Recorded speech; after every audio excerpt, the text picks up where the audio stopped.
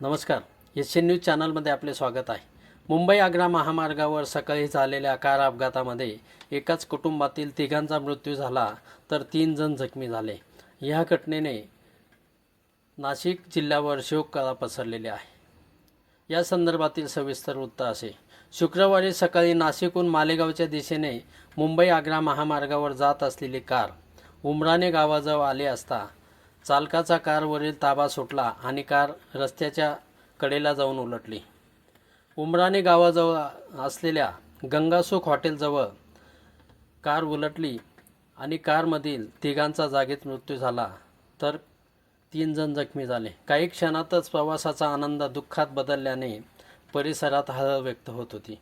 या अपघातामध्ये 38 वर्षीय चालक दीपक किशोर नाफडे, मुलगा प्रथमेश तसेच अंकिता नाफडे यांचा जागीच मृत्यू झाला तर या अपघातामध्ये संजय पांडुरंग नाफडे, चारुलता संजय नाफडे, पूजा दीपक नाफडे हे जखमी झाले आहेत। जखमींपैकी एकाला तातडीने नाशिक येथे पुढील उपचारासाठी हलवण्यात आले होते। या अपघातातील जखमी आणि मृत नाशिकच्या राजीव नगर परिसरातील असल्याचे कळते। अपघात झाल्यानंतर परिसरातील नागरिकांनी तातडीने घटनास्थळी धाव घेत मदत कार्य सुरू केले।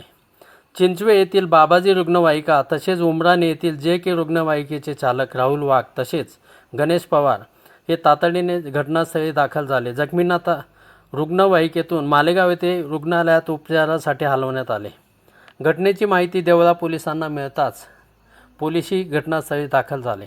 मात्र एकाच कुटुंबातील तिघांचा जागीच मृत्यू झाल्याने परिसरात हळहळ व्यक्त होत होती।